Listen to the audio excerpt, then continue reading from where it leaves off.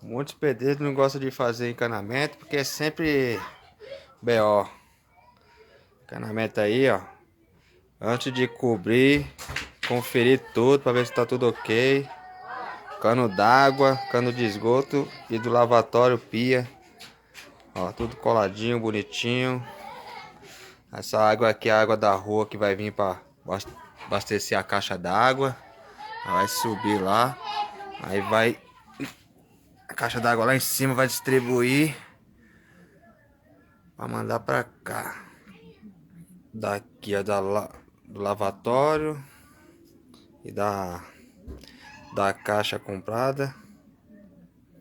Aí tem um outro encanamento que desce para distribuir para o chuveiro. Aí dali desce um cano para ir para pia, que é esse daqui.